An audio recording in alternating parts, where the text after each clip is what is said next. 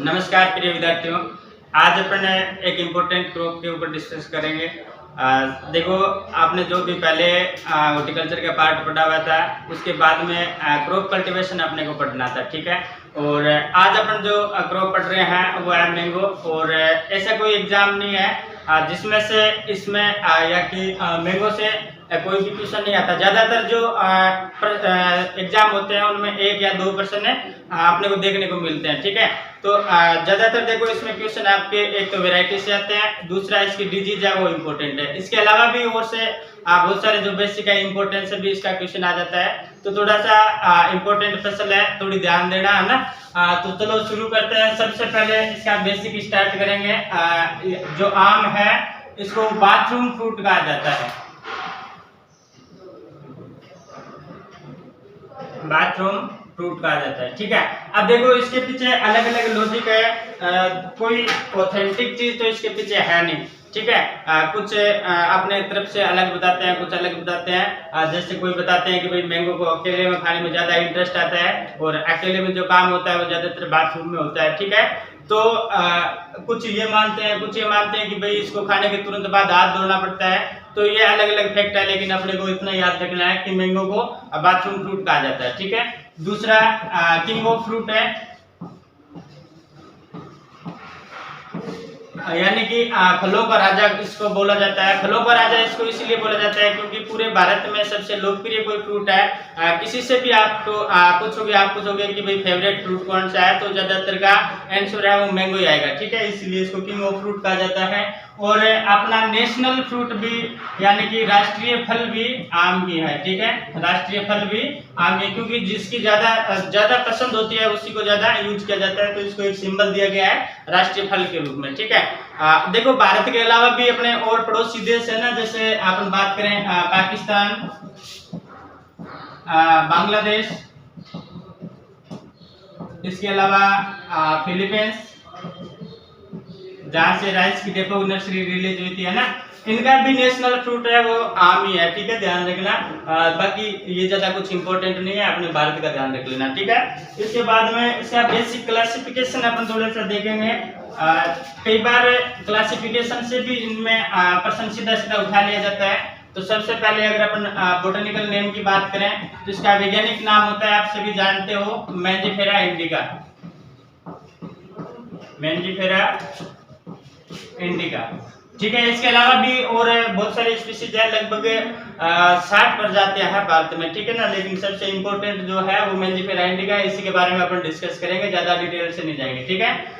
इसके अलावा अगर अपन इसकी बात करें फैमिली की, इसका कुल होता है एनाकार्डियेसी। देखो एनाकार्डियेसी में इसके अलावा 2 और फ्रूट आते हैं, एक तो काजू है और एक होता है पिस्ता, ठीक है। तो अपन कह सकते हैं कि एनाकार्डियेसी में जो भी फल आते हैं, जैसे एक तो आम हो गया, दूसरा काजू हो गया, तो भारत में सबसे अधिक है। एनाकार्डियेसी में फैमिली में जो भी फ्रूट आते हैं वो सर्वाधिक उगाए जाते हैं, ठीक है ना। सर्वाधिक उत्पादन भी भारत में होता है, काजू उत्पादन में भी भारत फर्स्ट है और मैंगो में भी फर्स्ट है, ठीक है। इसके अलावा अगर इसकी उत्पत्ति स्थान की बात करें तो इसका उत्पत्ति स्थान है वो इंडो बर्मा है।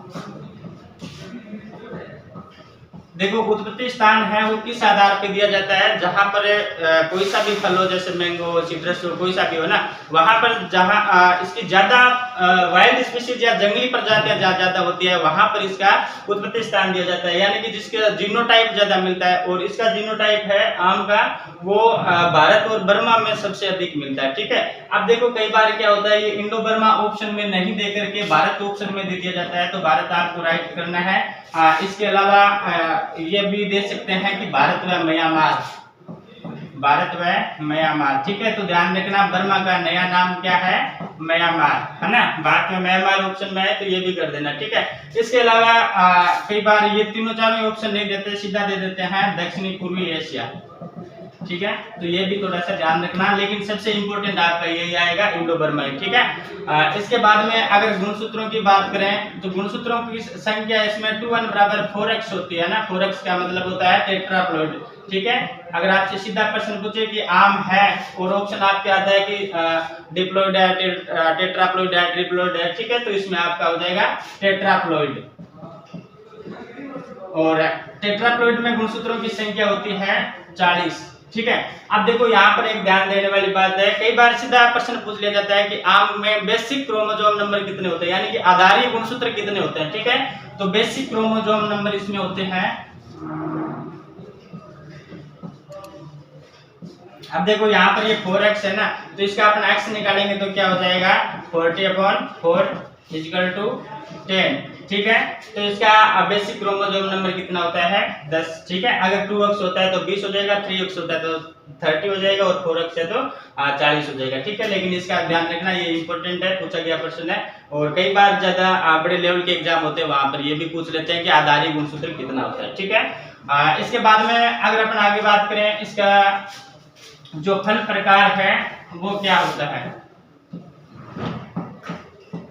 आम का जो फल प्रकार है, आपने पहले जो वीडियो अपलोड की थी फ्रूट टाइप्स खाने योग्य बाग, वहां पर आपने डिस्कस किया था। इसका फल प्रकार होता है ड्रूप, और कई बार हिंदी में भी दे देते हैं अस्टिल। ठीक है, तो दोनों ही ध्यान रखना है, ऐसा नहीं है कि आप एक ध्यान रखो, कई बार हिंदी में भी इसको ड्रूप, देखो इंग्लिश वाली जो टर्म होती है ना उसको सीधा हिंदी में लिख दिया जाता है, तो इंग्लिश वाली टर्म ज्यादा इंपॉर्टेंट है। आप अस्टिल भी ध्यान रखना और ड्रूप भी ध्यान रखना। ठीक है, इसके बाद में अगर खाने योग्य बाग की बात करें, खाने योग्य बाग, तो आम का जो खाने योग्य बाग होता है वो होता है मीजोगार्प। आपने पहले वीडियो अपलोड किया हुआ है, मीजोगार्प कहाँ होता है, एपिकार्प कहाँ होता है, पेरिकार्प कहाँ होता है, तो वहां पर आप जाकर के एक बार देख लेना। ठीक है, अगर नहीं समझ में आए तो एक बार फिर करवा दूंगा। ठीक है, इसके बाद में अगर इसके पुष्पक्रम की बात करें, तो पुष्पक्रम इसका होता है पेनिकल।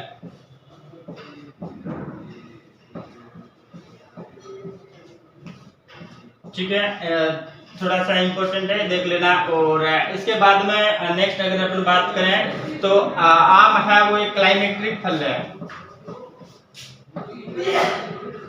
ठीक है, क्लाइमेक्ट्रिक का मतलब होता है ऐसे फल जो तुड़ाई के बाद में श्वसन क्रिया उसमें चलती रहे और ऑक्सीजन, और इसके अलावा तोड़ने के बाद में भी अपन आसानी से पका सकते हैं। ठीक है, ऐसे फलों को क्लाइमेट्रिक और नॉन क्लाइमेट्रिक दो भागों में बांटा हुआ है, और इसका भी अपना वीडियो पहले अपलोड कर चुके हैं। ठीक है, इसके बाद में अगर अपन बात करें तो आम एक परपरागित फसल है,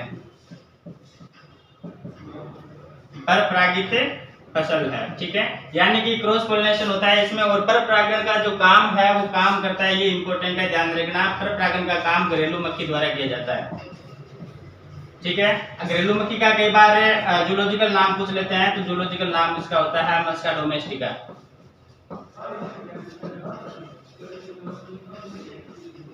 इसके बाद में ये थोड़ा सा ध्यान रखना, परपरागण किसके द्वारा होता है आम में, तो ये कई बार पूछा गया, आपके जेट में भी 2-3 बार पूछा गया है। इसके बाद में नेक्स्ट अगर अपन इसकी बात करें उत्पादन की, तो विश्व में सर्वाधिक उत्पादन आम का भारत में होता है। विश्व की बात करें तो विश्व में सर्वाधिक उत्पादन भारत में, और टोटल विश्व का लगभग विश्व में 200 कंट्री है, 200 में से लगभग 54% यानी कि 50% अपन कह सकते हैं, थोड़ा बहुत डाटा ऊपर नीचे हो सकता है, तो 54% आम है वो विश्व का भारत में होता है। ठीक है, टोटल माने कि भाई 100 किलो आम हो रहा है तो 54 किलो आम तो केवल भारत में हो रहा है, बाकी जो अदर 200 कंट्री है वहां पर जो बाकी बचा हुआ है वो आम होता है। ठीक है, भारत की अगर अपन बात करें तो भारत में सर्वाधिक आम है उत्तर प्रदेश में होता है। ठीक है, अगर राजस्थान की बात करें तो राजस्थान में आम सर्वाधिक है बांसवाड़ा में होता है।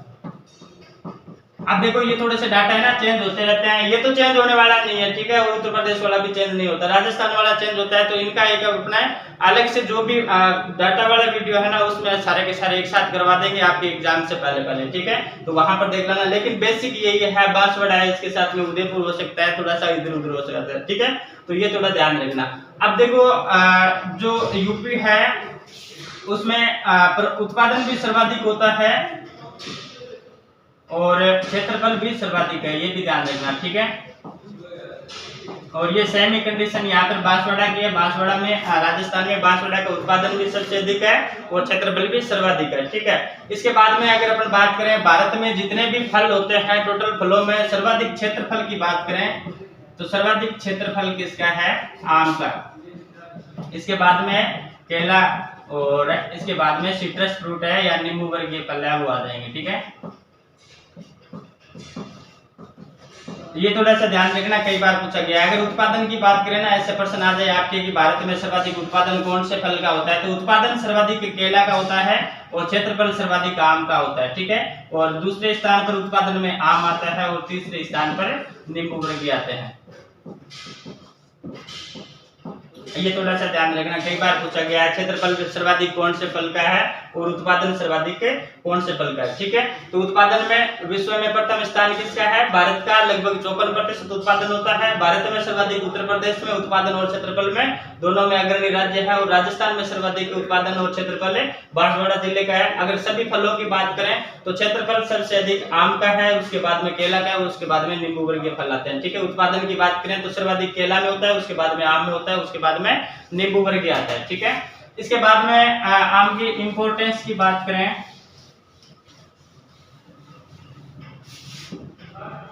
तो इंपॉर्टेंस में देखो, आम में सर्वाधिक विटामिन है वो विटामिन ए पाया जाता है, ठीक है ना, विटामिन ए है ना। विटामिन ए को कैरोटीन भी बोला जाता है। और आम का जो पीला रंग होता है ना, वो भी पीला रंग भी विटामिन ए के कारण ही होता है, जिसको अपन बीटा कैरोटीन बोलते हैं, ठीक है। आम का पीला रंग है वो बीटा कैरोटीन के कारण होता है। अब देखो विटामिन ए की मात्रा की बात करें तो विटामिन ए की मात्रा कई बार पूछी जाती है। इसकी मात्रा होती है 4800 IU, ठीक है। IU पर 100 ग्राम, 100 ग्राम में 4800 IU होता है। IU का मतलब होता है इंटरनेशनल यूनिट, ये बहुत छोटी इकाई होती है ना, और एक IU या एक इंटरनेशनल यूनिट में 0.03 मिलीग्राम होता है, ठीक है। इतनी छोटी यूनिट है, तभी इसको यहाँ पर इससे लिखा जाता है, ठीक है। इसके अलावा ये तो देखो आम में विटामिन ए है वो पूर्ण पके हुए फलों में होता है। कई बार ऐसे भी पूछ लिया जाता है कि आम में विटामिन ए पाया जाता है कच्चे फलों में, पके फलों में, पूर्ण पके फलों में, ठीक है। तो पूर्ण पका हुआ फल होगा उसमें विटामिन ए होगा। अगर कच्चे फलों की बात करें तो कच्चे फलों में विटामिन सी पाया जाता है, ठीक है। ये भी थोड़ा सा ध्यान रखना। अब देखो कई बार वैसे अपन दोबारा डिस्कस करेंगे जब वैरायटी पढ़ेंगे, वैरायटी का भी पूछ लिया जाता है कि निम्न में से कौन सी वैरायटी है जिसमें सर्वाधिक विटामिन सी पाया जाता है, तो वो है बम्बई हरा, बम्बई हरा। अगर विटामिन ए का पूछे तो विटामिन ए में सर्वाधिक वैरायटी है मल्लिका, ठीक है। थोड़ा सा ध्यान रखना, अब बाकी वैरायटी करेंगे उस टाइम और कर लेंगे। विटामिन सी सर्वाधिक किस में पाया जाता है, बम्बई हरा में। विटामिन ए सर्वाधिक किस में पाया जाता है, मल्लिका में। इसके अलावा देखो आम में और भी ताजा खाने के रूप में अपन काम में लेते हैं, आमचूर बनाने में, अचार बनाने में, ठीक है, मुरब्बा बनाने में इनका उपयोग किया जाता है, ठीक है। इसके बाद में अगर अपन और बात करें तो आम की जो गुठली होती है, गुठली का जीवन काल होता है 30 दिन। गुठली का जीवन काल 30 दिन होता है, यानी कि जब गुठली से सीड अलग कर लेंगे, सीड अलग करने के बाद में उसमें जीवन क्षमता यानी कि पौधा नया उत्पादन करने की क्षमता है वो 30 से 35 दिन तक रहती है, या फिर 35 दिन के बाद में इसमें खत्म हो जाता है, जर्मिनेशन नहीं होता है, ठीक है। अब देखो 30 दिन है तो इसको 1 मंथ भी अपन बोल सकते हैं और 4 से 5 सप्ताह भी बोल सकते हैं, इसमें कंफ्यूज नहीं होना। अगर यहाँ पे आपके 1 मंथ आ जाए तो भी कोई दिक्कत नहीं होनी चाहिए, और 4 से 5 सप्ताह आ जाए तो भी कोई दिक्कत नहीं होनी चाहिए, ठीक है। इसके बाद में नेक्स्ट अपना बात करें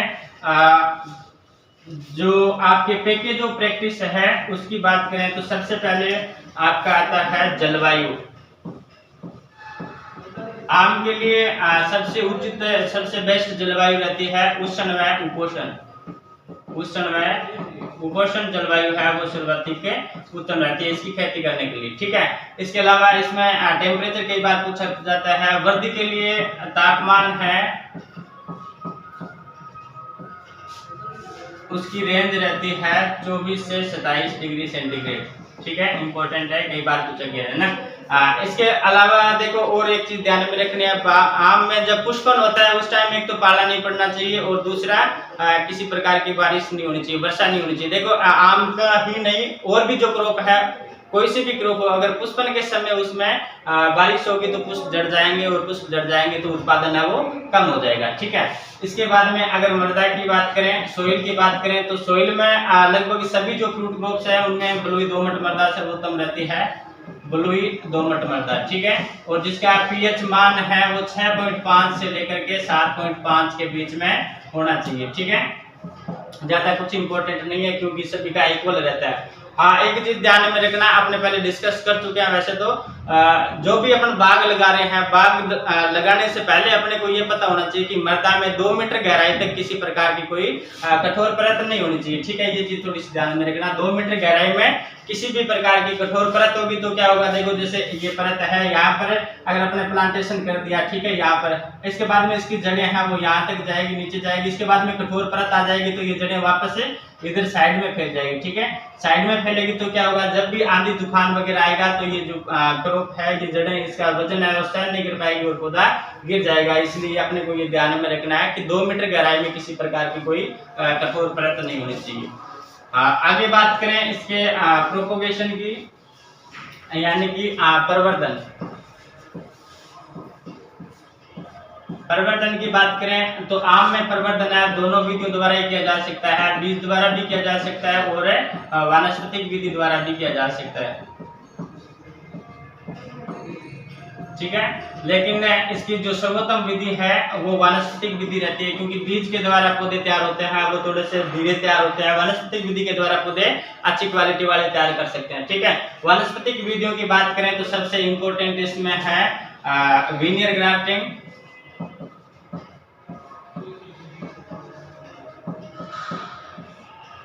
वीनियर ग्राफ्टिंग या जो ये वानस्पतिक विधियां है प्रवर्धन की, उनका अपना वीडियो पहले अपलोड कर चुके हैं, आप वहां से डिटेल से देख लेना। अगर एक दिन मैंने आपको पहले भी बताया था कि हॉर्टिकल्चर के जितने भी आपने क्रॉप्स है या जितना भी सिलेबस है वो एक दूसरे से रिलेटेड है ना।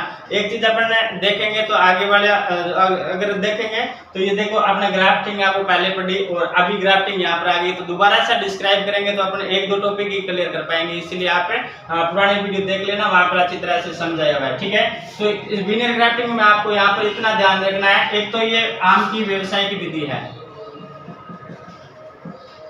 व्यवसायिक विधि है। ठीक है, दूसरा ध्यान में रखना है उत्तरी भारत में सर्वाधिक प्रचलित है, उत्तरी भारत में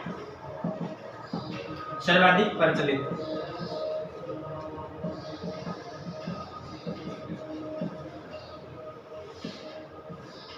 इसके बाद में दूसरी इसकी परिवर्तन की विधि है एपिकोटाइल, या फिर इसको स्टोन ग्राफ्टिंग भी कहा जाता है। ठीक है, इसमें अपने को ध्यान में रखना है, एक तो सबसे जल्दी मूलव्रंत, इसका जो मूलव्रंत की एज होती है ना वो सबसे इंपॉर्टेंट है। मूलव्रंत की आयु है वो अपन रखते हैं 8 से 15 दिन। ठीक है, बाकी जितने भी विधि है उसमें मूलव्रंत अपने लगभग 9 से 12 माह पुराना लेते हैं, लेकिन इसमें मूलव्रंत की आयु रहती है 8 से 15 दिन। यानी कि जैसे ही अंकुरण होते हैं ना, जैसे ये पौधा है, ठीक है, और अपने लगाया, ठीक है, यहाँ पर सीधे यहाँ पर जड़ें आ गई और इसके बाद में ऊपर वाला पार्ट है ये प्रोतंत्र हो गया या तना हो गया। ठीक है, 8 से 15 दिन का हुआ तो यहाँ पर क्या करेंगे, इसको ऊपर से काट करके और यहीं पर इसमें ग्राफ्टिंग कर देंगे। ठीक है, तो ये 8 से 15 दिन में मूलव्रंत हो रहा है, तो इसका मतलब सबसे जल्दी पौधा तैयार करने की विधि है। ठीक है, सबसे जल्दी पौधा तैयार करने की विधि है, और इसको अपन कह सकते हैं नई विधि भी है।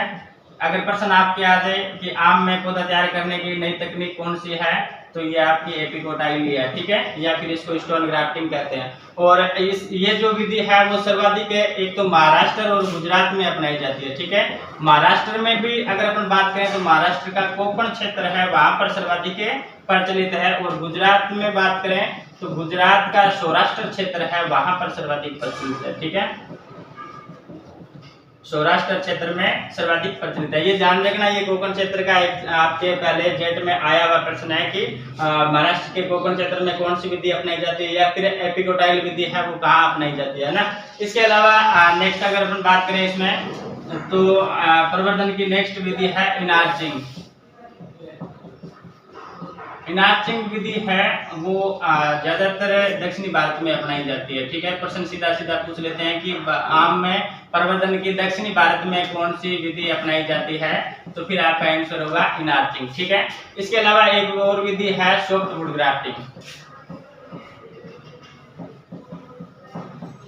ये जो विधि है ये शुष्क क्षेत्रों में सर्वाधिक अपनाई जाती है। ठीक है, शुष्क क्षेत्रों में सर्वाधिक अपनाई जाती है। इसके अलावा अगर आपसे सीधा पूछ ले कि उत्तरी पश्चिम भारत में कौन सी विधि अपनाई जाती है, तो उत्तरी पश्चिम भारत में आम की सॉफ्टवुड ग्राफ्टिंग विधि है वो अपनाई जाती है। ठीक है, ये चीज ध्यान रखना। ठीक है, अब इनमें से भी अगर आपके सीधा प्रश्न आ जाए कि आम में प्रवर्धन की सबसे उत्तम विधि कौन सी है, तो वो आपकी कौन सी होगी, वेनियर ग्राफ्टिंग, है ना। क्योंकि देखो ज्यादातर आपके जो एग्जाम में प्रश्न आते हैं ना, वो कहाँ से आते हैं, जो व्यवसायिक विधि होती है वहीं से प्रश्न पूछा जाता है। व्यवसाय का मतलब क्या होता है, जिससे ज्यादा पौधे तैयार करते हैं ना, तो ये चीज ध्यान रखना। सबसे इंपॉर्टेंट वेनियर ग्राफ्टिंग है। इसके अलावा अगर इनमें से बीच में से पूछे कि इनार्चिंग विधि कहाँ अपनाई जाती है, तो दक्षिणी भारत में। सॉफ्टवुड ग्राफ्टिंग कहाँ अपनाई जाती है, शुष्क क्षेत्रों में और उत्तरी पश्चिम भारत में। इसके अलावा एपिकोटोल और स्टोन ग्राफ्टिंग है वो कहाँ अपनाई जाती है, ये महाराष्ट्र के कोकण क्षेत्र में और गुजरात के सौराष्ट्र क्षेत्र में। इसके अलावा इसमें जो मूलवंत की आयु है वो 8 से 15 दिन रखी जाती है एपिकोटाइल या फिर स्टोन ग्राफ्टिंग में, और सबसे जल्दी तैयार होने वाली विधि है। इसके अलावा इसमें ये जो एपिकोटाइल विधि है वो सबसे नई विधि भी इसको अपन बोल सकते हैं। ठीक है, अब देखो प्रोपोगेशन अपने पढ़ा, तो इसके बाद में अपन प्लांटेशन भी इसका पढ़ लेते हैं। आम का जो प्लांटेशन है या फिर पौधरोपण जिसको बोलते हैं, पौधरोपण है वो जून जुलाई में करते हैं। ठीक है, जून जुलाई में इसका पौधरोपण किया जाता है। ठीक है, अब पौधे से पौधे की दूरी की बात करें, पौधे से पौधे की दूरी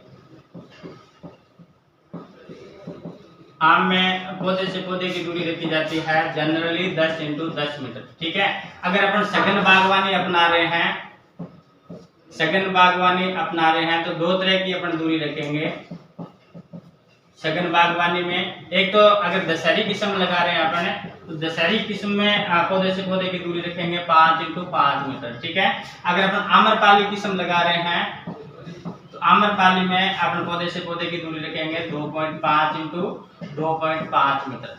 ठीक है, अब देखो अगर 10 × 10 मीटर अपन लगा रहे हैं, तो पौधों की संख्या कितनी होगी, 100 1 हेक्टर में। ठीक है ना, 1 हेक्टर में कितने पौधे लगेंगे, 100। अगर 2.5 × 2.5 मीटर पर लगा रहे हैं, तो कई बार पूछ लिया जाता है कि आम्रपाली के 1 हेक्टर में कितने पौधे होते हैं।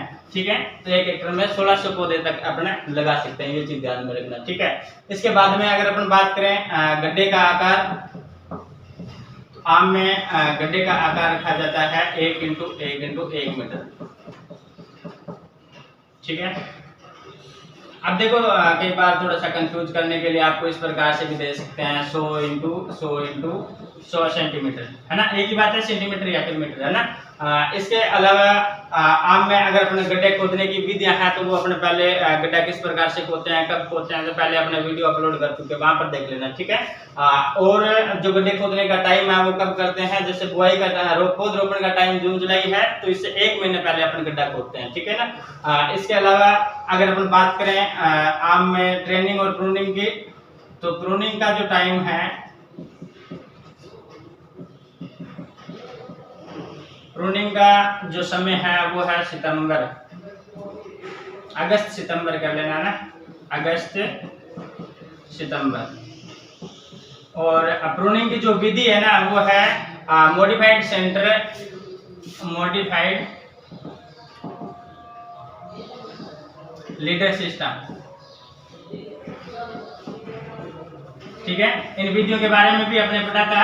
आम में जो विधि अपनाई जाती है वो मॉडिफाइड लीडर सिस्टम अपनाई जाती है, यानी कि इसके बीच का प्रोतंत्र है, यानी कि पहली वाली जो शाखा है उसको काट दिया जाता है, उसके बाद में आम को धीरे धीरे जो साइड ब्रांच है, द्वितीय शाखा है, तृतीय शाखा है, उनको बढ़ने दिया जाता है। ठीक है, तो ये प्रूनिंग का समय भी लिखना, प्रूनिंग का समय है सितंबर।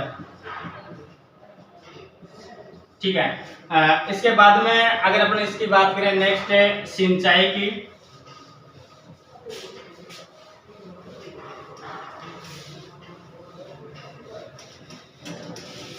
तो जितने भी फ्रूट क्रॉप्स है, इनमें देखो स्टार्टिंग में सिंचाई का थोड़ा सा ज्यादा ध्यान रखना है, इसके बाद में धीरे धीरे कम ध्यान रखते हैं, और ज्यादा इतना जो अपने सस्य फसलें पड़ते हैं उनमें जितना ध्यान देते हैं उतना ध्यान देने की जरूरत नहीं रहती। अगर वर्षा सीजन को छोड़ दें तो बाकी जो टाइम रहता है उसमें सिंचाई अपन करते हैं, गर्मियों में 7 दिन के अंतराल पर और सर्दियों में 15 दिन के अंतराल पर। ठीक है ना, ये थोड़ा सा ध्यान रखना, बाकी कुछ इंपॉर्टेंट नहीं है। खाद एवं उर्वरक की बात करें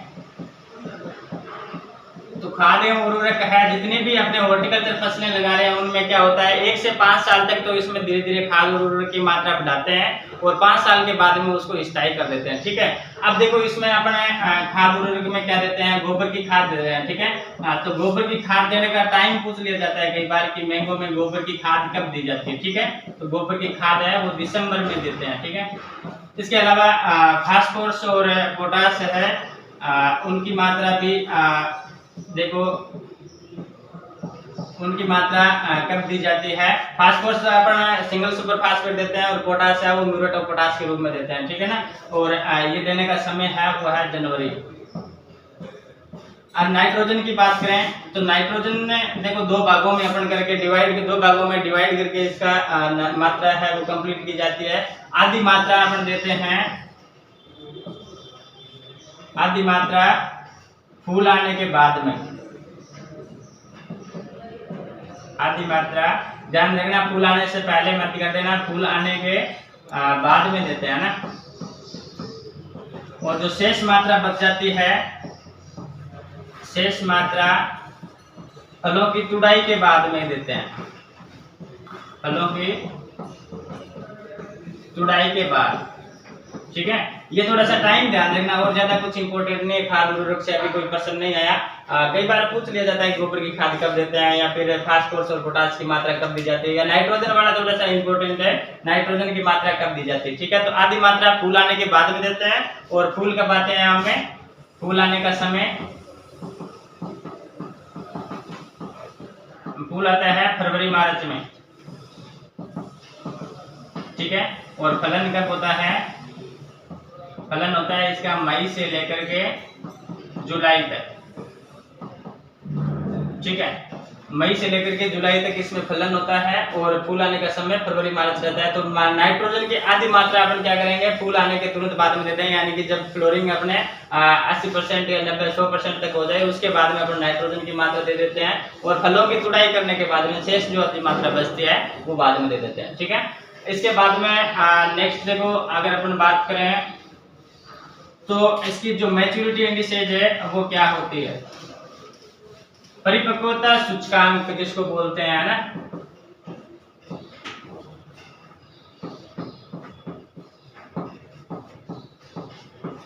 यानी कि अपने को कैसे पता चलेगा कि फल है वो मेच्योर हो गया। ठीक है, तो सबसे पहले तो देखो कुछ तो बेसिक है, जैसे अपन बात करें कि भाई उसमें एरोमा विकसित हो जाती है, यानी कि सुगंध आने लग जाती है, फल का कलर है वो चेंज हो जाता है ना, जो ग्रीन है उसे येलो हो जाता है। ठीक है, इसके अलावा और अपने को क्या ध्यान में रखना है, फूल आने के बाद में, फूल आने के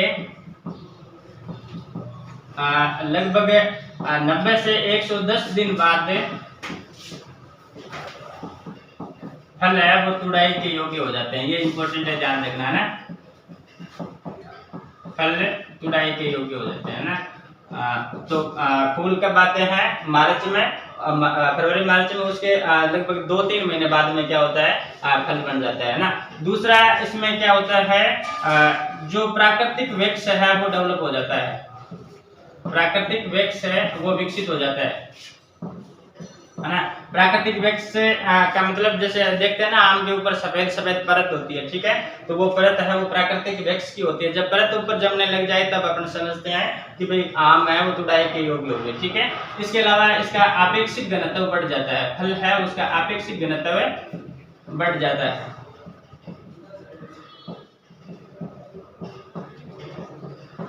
ठीक है, आपेक्षिक घनत्व अगर कई बार पूछ लिया जाता है कि दशहरी का आपेक्षिक घनत्व कितना होता है, दशहरी जो किस्म है उसका आपेक्षिक घनत्व होता है 1.02। ठीक है ना। अब देखो इसके अलावा आपने बता दिया कि भाई कलर चेंज हो जाता है, एरोमा विकसित हो जाती है ना। तो ये 2-3 चीजें कुछ ध्यान रखना। एक तो ये ध्यान रखना कि आपेक्षिक घनत्व बढ़ता है, कई बार पूछ लिया जाता है कि फल पकने पर आपेक्षिक घनत्व बढ़ता है घटता है। ठीक है ना। दूसरा इसका पूछ लिया जाता है कि दशहरी किस्म का आपेक्षिक घनत्व कितना होता है, तो 1.02 होता है। ठीक है, इसके बाद में एक ये चीज भी ध्यान रखना, फूल आने के 90 से 110 दिन बाद में फल है वो तुड़ाई के योग्य हो जाते हैं। ठीक है, अब देखो अगर अपन थोड़ी सी साथ में यील्ड की भी बात कर लेते हैं, उपज की बात करें तो एक पौधे से बात करें तो 80 से 100 किलो एक पौधे से उपज प्राप्त होती है। ठीक है, 80 से 100 kg प्रति प्लांट या फिर प्रति पौधा ना, प्रति पौधा। दूसरा अगर हेक्टर में बात करें तो 8 से 9 टन प्रति हेक्टर इसका उत्पादन होता है, 8 से 9 टन प्रति हेक्टर। ठीक है, अब देखो अपने लगभग जो भी था बेसिक कंसेप्ट वो सारा कंप्लीट किया है। इसके बाद में अपने एक वेराइटी बची हुई है और डिजीज बची हुई है और फिजियोलॉजिकल डिसऑर्डर बचे हुए हैं। ठीक है, वो अपन नेक्स्ट वीडियो में कर लेंगे। ठीक है, थैंक यू।